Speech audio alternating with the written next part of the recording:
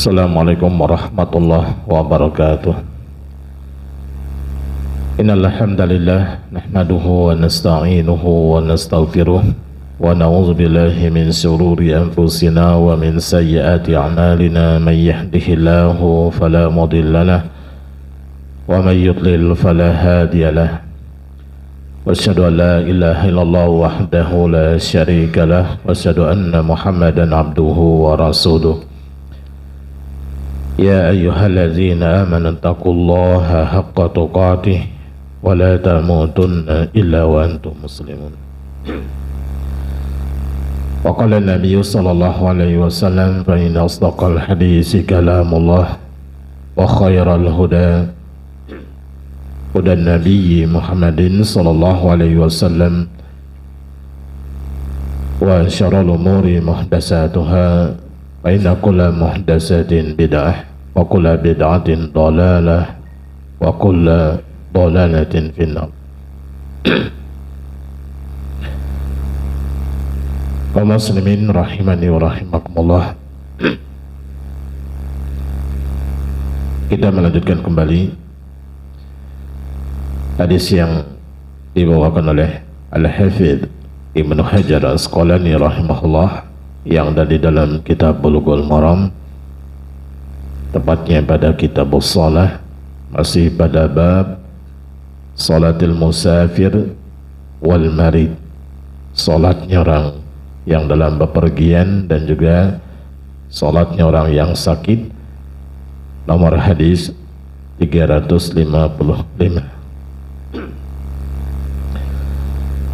Qala al-mu'allif rahimahullahu ta'ala wa an Mu'adz bin Jabal radhiyallahu ta'ala anhu qala farajna ma'an nabiyyi sallallahu alaihi wasallam fi ghazwati Tabuk fa kana yusalli zuhra wal asra jami'an wal maghriba wal isya'a jami'an, rawahu Muslim. Dari Mu'adz bin Jabal radhiyallahu ta'ala anhu, beliau mengatakan kami keluar bersama Nabi sallallahu alaihi wasallam pada perang Tabuk. Maka Nabi sallallahu alaihi wasallam beliau salat zuhur dan salat asar jami'an, semuanya, dan dengan dijamak. Dan beliau juga salat maghrib dan isya jami'an, semuanya, itu dengan dijamak. Rawahu Muslim. Hadis ini riwayat Imam Muslim. Syekh Al-Bassam rahimahullah menjelaskan bahwasanya hadis ini menunjukkan ala jawazil jam'i baina az-zuhri wal 'asr wa baina al-maghribi wal isya walau kana al-jami'u nazilan ghayra mujiddin fis safar. Hadis ini menunjukkan bahwasanya boleh menjamak antara zuhur dan asar, antara maghrib dan isya, walaupun orang yang menjamak tadi nazilan, dia singgah ya, ghayra mujiddin fi safar, dia tidak bersungguh di dalam safar, maksudnya dia tidak dalam posisi berjalannya, tapi dia singgah. Karena Nabi sallallahu alaihi wasallam, yakni ketika di Tabuk, ya Nabi sallallahu alaihi wasallam juga dia singgah, dia menetap gitu, tidak dalam kondisi bepergian gitu. Maka hadis ini menunjukkan bahwasanya Walaupun orang yang menjamak tadi dia dalam posisi singgah, maka dia boleh untuk menjamak. Nah, kemudian hadis yang berikutnya,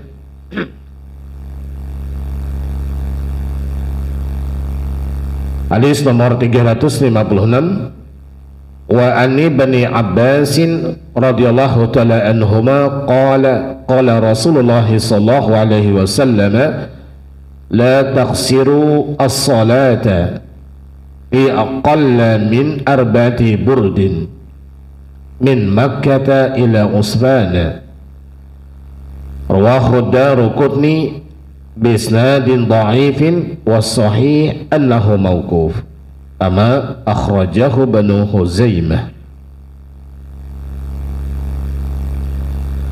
Dari sahabat Abdullah bin Abbas radhiyallahu taala anhuma, beliau mengatakan Rasulullah sallallahu alaihi wasallam bersabda, jangan kalian mengqashar salat jarak yang kurang dari 4 burud dari Mekah sampai ke Usfan. Hadis ini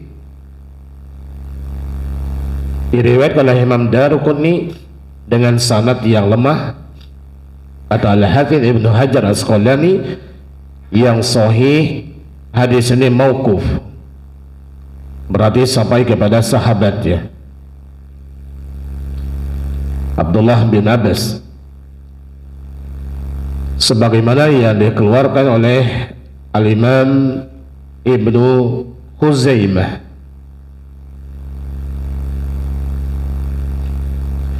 Hadis ini,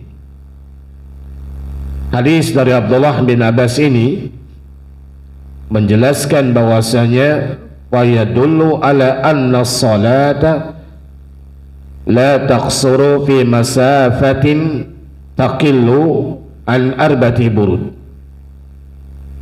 Hadis ini menunjukkan bahwasanya salat itu nggak boleh dikosor jarak yang kurang dari 4 burud. Wal barid arba'atu farasikh, 1 burud 4 farsakh. Wal farsakh salasatu amyal, 1 farsakh 3 mil. Wal mil ya, 1 mil kurang lebih 1600 meter. Maka kata Syekh Al-Basam rahimahullah, jarak qasar ya kurang lebih 77 kilometer. Wallahu alam. Ini sebagaimana yang kita sampaikan pada pertemuan sebelumnya, ini tentang masalah jaraknya safar ini. Yang mana tadi Nabi sallallahu alaihi wasallam disebutkan dalam riwayat ini, beliau tidak mengqashar atau janganlah kalian mengqashar salat kurang dari 4 burud dari Mekah ya sampai Usfan. Wallahu a'lam, ini kurang lebih jaraknya kalau dari Mekah sampai ke Usfan kurang lebih ya 80 kilo. 80 kilo. Nah, dalam hadis ini tadi tidak kurang dari 4 burud. Ya, 1 burud 4 farsakh. Ya, 1 burud 4 farsakh ya. 1 farsakh 3 mil.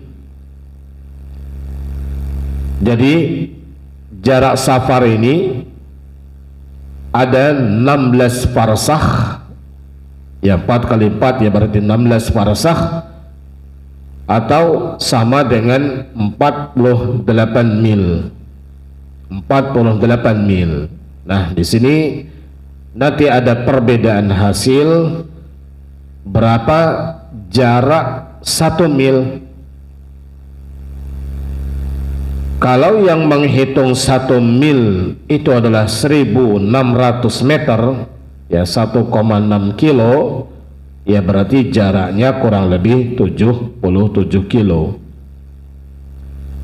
Kalau 1 mil itu adalah 1680 meter, ya hampir 1,7, maka nanti jaraknya kurang lebih antara 80 ya sampai 85, dan ini pendapatnya jumhur, ya antara 80 sampai 85 nanti. Wallahu alam, ini tentang jaraknya. Nanti akan disebutkan oleh Syekh Al-Bassam rahimahullah tentang khilafnya perkara ini. Jemaah yang dimuliakan Allah Subhanahu wa taala, pertama kita membahas adanya khilaf para ulama tentang hukum boleh atau tidaknya menjamak salat. Ini kata Syekh Al-Bassam rahimahullah ada 3 pendapat. Pendapat yang pertama adalah pendapat jumhur ulama. Di antaranya 2 imam, Imam Asy-Syafi'i dan Imam Ahmad, berpendapat bahwasanya jawazi jam'i taqdim wa ta'khir baina az-zuhri wal 'asr wa baina al-maghrib wal isya. Ini pendapat jumhur. Bolehnya menjamak ya salat ini, baik jamak takdim maupun jamak takhir antara zuhur dengan asar dan juga maghrib dan isya. Ini pendapat jumhur. Kemudian pendapat yang kedua, pendapat Imam Malik. Pendapat Imam Malik pada salah satu dari 2 pendapatnya beliau, dan juga ini pendapat Al-Imam Ibnu Hazm, boleh jamak dengan jamak takhir saja, tidak jamak takdim. Jamak takhir berarti mengerjakan salat tadi di waktu yang kedua. Zuhur dan asar berarti hanya di waktu asar. Kemudian kalau maghrib dan isya berarti di waktu isya. Tidak untuk jamak takdim. Kemudian pendapat yang ketiga, mazhab Abu Hanifah wa sahibahu, dan kedua muridnya beliau. Wallahu alam, kalau disebut dengan 2 murid yang terkenal, ya, dari murid Al-Imam Abu Hanifah pertama adalah Abu Yusuf Yaqub bin Ibrahim Al-Ansari, kemudian yang kedua Muhammad bin Al-Hasan Asy-Syaibani. Ini 2 murid terkenal, ya, dari Imam Abu Hanifah. Beliau berpendapat di sini tidak boleh secara mutlak, kecuali jamak tadi yang dikenal dengan jam'an surian, jamak suri. Maksudnya gambarannya saja salat tadi dijamak. Itu yang dimaksud dengan jamak suri. Gambarannya, bentuknya saja dia dijamak. Bagaimana maknanya? Mengakhirkan salat yang pertama sampai akhir waktunya, kemudian mendahulukan salat yang kedua di awal waktunya, maka kedua salat tadi dikerjakan semuanya, ya, di akhir waktu, kemudian yang lainnya di awal waktu. Ini kalau pendapat Imam Abu Hanifah. Bagaimana gambarannya? Zuhur dan asar, ya zuhurnya sholatnya ditunda, barangkali tinggal berapa puluh menit, ya belum, atau apa namanya, akhir daripada waktu zuhur, dia sholat zuhur, kemudian nunggu berapa saat, kemudian sholat asar lagi, karena memang sudah masuk waktu asar. Karena waktu asar, ya zuhur dan asar itu nggak ada jeda jemaah. Begitu juga nanti antara maghrib dan isya nggak ada jeda. Habis waktu zuhur masuk asar, habis waktu maghrib masuk isya. Nah, berarti di sini zuhurnya ditunda di akhir, kemudian nanti asarnya di awal waktu, maghribnya di akhir, isyanya di awal waktu. Ini kalau pendapat Imam Abu Hanifah yang dimaksud dengan jamak suri. Wallahu a'lam. Ini seperti yang disyariatkan bagi wanita yang istihadah. Dan wanita yang istihadah itu dianjurkan bagi mereka untuk mandi setiap kali sholat, kan? Setiap kali mau sholat. Maka caranya seperti ini tadi, ya. Boleh nanti di jamak tadi, jamak suri waktunya, ya. Jadi dia sekali mandi, kemudian nanti untuk sholat zuhur di akhir waktu, kemudian sholat asarnya di awal waktu, kemudian nanti maghrib dan isya mandi lagi, ya sholatnya sama, ya maghrib diakhirkan waktunya, kemudian isya di awalkan waktunya, kemudian nanti sholat subuhnya sekali dia mandi. Ini bagi wanita yang istihadah. Ini jamak suriyah. Nah, jumhur para ulama tadi mengatakan boleh menjamak secara mutlak, ya secara mutlak tadi, zuhur dan asar, asar dan maghrib dan isya, baik takdim maupun takhir. Kemudian juga jumhur berpendapat seorang musafir dia boleh untuk menjamak ini, baik musafirnya tadi dia singgah di dalam safarnya, ya, maupun dia jadan fi sayr, dia lagi berjalan, lagi mengendarai, lagi berjalan. Nah, jumhur ulama berpendapat di sini dengan sebuah hadis dari sahabat Muaz bin Jabal yang ada di dalam kitab Al-Muwatta,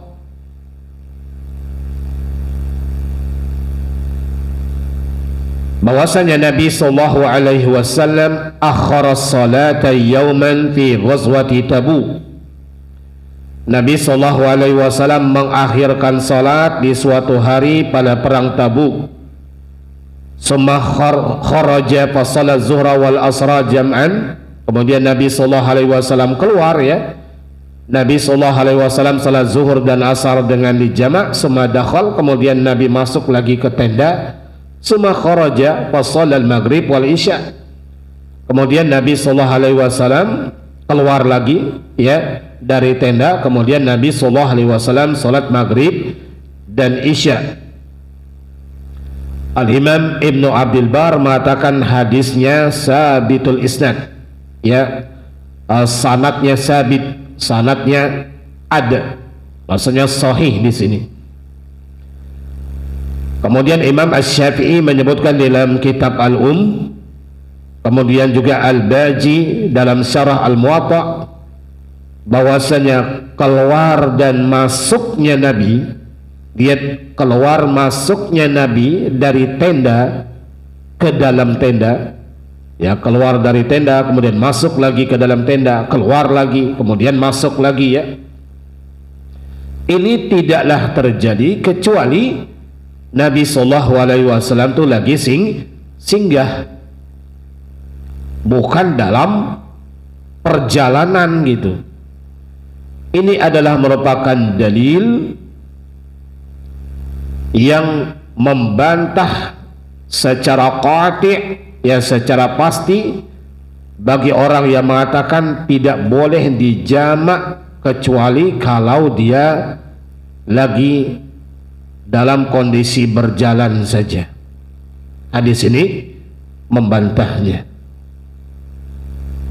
Yang disebutkan hadis ini tadi dalam kitab Al-Muwatta Imam Malik dari sahabat Muaz bin Jabal radhiyallahu ta'ala an. Kemudian Al-Imam Ibnul Qayyim rahimahullah dan kelompok para ulama mengatakan bahwasanya ikhtisasi jawazil jam'i li waqtil hajah wa hiya idza jadda bihi safar. Kekhususan bolehnya jama' ini karena ada waktu hajat, karena ada hajat, ada kebutuhan, dan dia adalah ketika bersangatan, ya, bersungguhan dalam perjalanan tadi. Ini pendapat yang mengatakan bahwasanya apa? Bahwasanya bolehnya tadi kalau lagi berjalan. Dalilnya mereka di sini hadis Abdullah bin Umar, annahu kana idza jadda bihi sayr, kalau dalam kondisi berjalan, jama'a bainal maghrib wal isya, menjama' antara maghrib dan isya. Wa yaqul, dan beliau mengatakan inna nabiyya sallallahu alaihi wasallam kana idza jadda bihi sayr jama'a bainahuma. Sesungguhnya Nabi sallallahu alaihi wasallam apabila beliau lagi, ya, bersungguh-sungguh dalam berjalan gitu, maka di sini Nabi sallallahu alaihi wasallam menjamak di antara keduanya. Hadis ini dari Imam Bukhari dan Imam Muslim. Ini pendapat yang mengatakan baru bolehnya jamak itu kalau memang lagi dalam kondisi berjalan, karena di sini ada hajat untuk melakukannya. Akan tetapi di sini jumhur para ulama berpendapat ziyadatu dilalah fi ahadisiha, ya, ada tambahan pendalilan dari hadis-hadisnya dan az-ziyadah minas siqah maqbulah. Ini kaidah yang dipegang oleh ulama, ya, ulama hadis yang mengatakan bahwasanya tambahan ziyadah, tambahan penjelasan tambahan, ya, penjelasan dari perawi yang siqah itu diterima.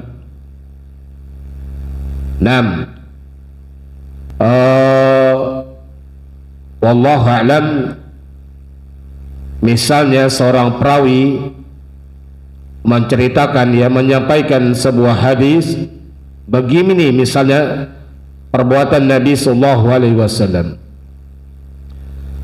kemudian nanti ada riwayat yang lain yang itu siqah menambah daripada perbuatannya, maka penambahan di sini adalah siqah, dia adalah makbul, diterima. Wallahu alam, seperti misalnya pendapat yang mengatakan, ya, ketika menggerak-gerakkan jari, ya, ketika tasyahud itu. Ini kan riwayat yang mengatakan bergerak-geraknya jari itu ziyadah siqah, ini tambahan dari perawi yang siqah, sehingga dia makbul, sehingga dia bisa diterima dan diamalkan. Begitu juga pendapat yang jumhur di sini.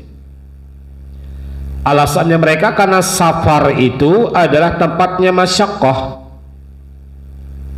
baik orang itu dia singgah maupun dia berjalan,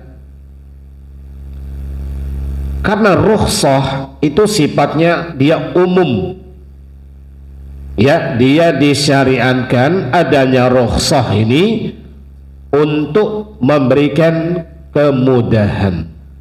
Wallahu a'lam, ini pendapat jumhur. Kalau alasannya tadi kenapa jamak tadi hanya boleh ketika berjalan saja, karena ketika berjalan itu kan ada masyaqqah, ada kesulitan. Tapi penjelasan jumhur, orang yang singgah pun ada kesulitannya kalau dia lagi safar. Wallahu alam, ini barangkali fakta juga ya. Walaupun dia lagi berhenti menginap sebentar berapa hari gitu ya, tetap ada masyaqqahnya ya kalau dia dalam kondisi safar. Sehingga di sini wallahu taala alam, pendapat jumhur di sini pendapat yang kuat ya, yang mengatakan bahwasanya jamak disyariatkan baik dalam kondisi dia berjalan maupun dia lagi singgah, kalau kondisinya dia masih terhitung safar. Adapun mazhab Abu Hanifah tadi yang mengatakan dengan jamak suri, wallahu alam, ini kata Syekh Al-Bassam rahimahullah tidak didukung oleh sunnah-sunnah yang sahihah ya. Itu sebagaimana yang saya sampaikan tadi, jamak suri ini ya seperti yang dilakukan oleh para wanita yang terkena misalnya penyakit istihadah. Wallahu ta'ala a'lam. Kemudian jamaah yang dimuliakan Allah Subhanahu wa taala, Syekh Al-Bassam rahimahullah menyebutkan di sini ada beberapa faidah tambahan. Faidah yang pertama, sebagaimana yang disebutkan oleh mualif tentang masalah jamak ya, dia diperbolehkan karena ada uzur safar. Uzurnya karena safar. Kemudian kata beliau di sana juga ada uzur-uzur yang lain yang membolehkan untuk menjamak. Di antaranya adalah karena faktor hujan. Sebagaimana riwayat Imam Bukhari yang mengatakan bahwasanya annan Nabiyya sallallahu alaihi wasallam jama'a bainal maghribi wal isya fi lailatin mutirah.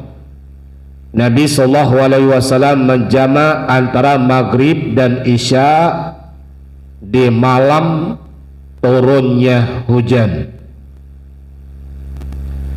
Wa khussa al jam'u huna bainal maghrib wal isya, dikhususkan jamak di sini antara maghrib dan isya ya, tidak antara zuhur dan asar. Namun ada kelompok dari para ulama membolehkan juga untuk menjamak antara zuhur dan asar karena faktor hujan. Wallahu ta'ala alam. Namun melihat dari waktu yang paling yang pendek di sini adalah antara maghrib dan isya, dan ini sebagaimana yang kita sampaikan sebelumnya kemarin, bagi siapa yang disyariatkan untuk menjamak ini adalah bagi orang yang sholatnya di masjid, dia berjamaah di masjid, terutama dari jarak yang agak jauh.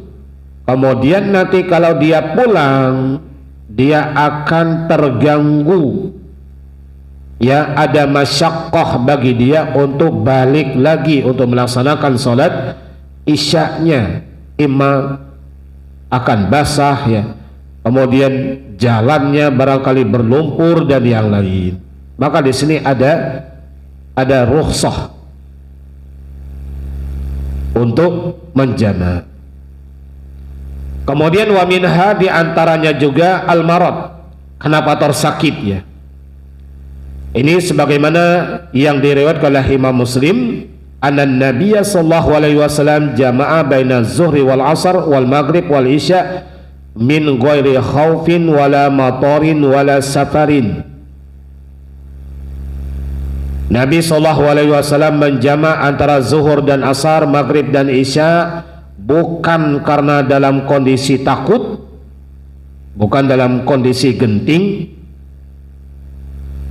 bukan juga dalam kondisi hujan, dan juga bukan dalam kondisi safar. Berarti masih umum ya, di antara kondisinya berarti karena sakit. Dan telah sabit, telah ada ya riwayat sebagaimana yang tadi kita sampaikan, boleh menjamak salat ya bagi orang yang mustahadah tadi, ya terkena penyakit istihadah tadi, terutama dengan jamak suri sebagaimana yang tadi kita sebutkan. Istihadah ini adalah bagian daripada sakit.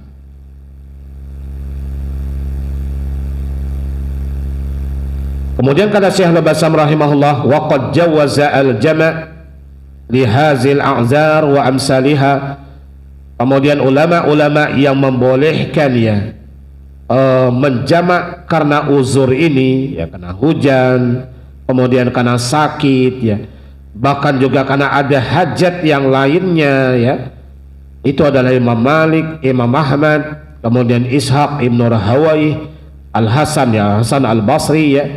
Kemudian ulama dari kalangan mazhab Syafi'iyah, diantaranya Al-Imam Al-Khattabi, kemudian juga Al-Imam An-Nawawi.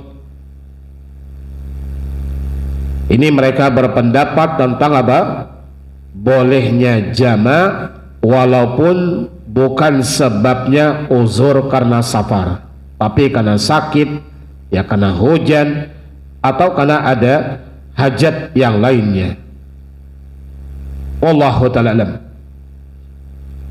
Jamaah yang dimuliakan Allah Subhanahu wa taala, yang penting di sini di antara penjelasannya para ulama kita, ya silakanlah dia menjamak kalau memang kondisinya tadi ada masyaqqah, tapi jangan dijadikan sebuah kebiasaan. Apa maksudnya kebiasaan? Sedikit-dikit ada muskilah jamak, sehingga menjadi dipermudah. Nah ini tidak dibenarkan juga. Nonton pawai akhirnya sholatnya dijamak gitu. Ya misalnya contoh ya, ini kan mempermudah ya. Yang penting ada hajat sedikit lalu dijamak. Tapi ini boleh disyariatkan kalau ada hajat, ada masyaqqah ya, terutama yang berat. Ini sering saya contohkan. Apa gambarannya ini? Ada orang yang mau dioperasi gitu, di antaranya dokter sendiri gitu. Dia mau operasi pasien misalnya, waktunya antara maghrib dan isya. Ini boleh bagi dia menjamak, baik dengan jamak takdim maupun jamak takhir, karena tidak mungkin setelah perutnya dibedel lalu dia izin untuk sholat. Bisa mati pasiennya ini. Nah, wallahu alam, bahkan ada di antara para ulama menyebutkan termasuk juga bagi set yang lagi masak banyak mungkin ya, kalau dia tinggalin ini akan hangus masakan yang banyak ini. Bahkan mereka mengatakan ini boleh dia menjamak. Wallahu alam, tapi sekali lagi ini bukan dijadikan sebuah kebiasaan.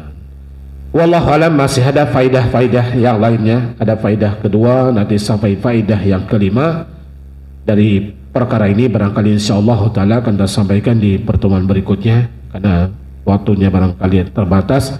Ini dulu yang bisa kita sampaikan. Wassallallahu ala Muhammadi wa ala alihi wa sahbihi wassalam. Dan kita akhiri dengan doa kafaratul majlis.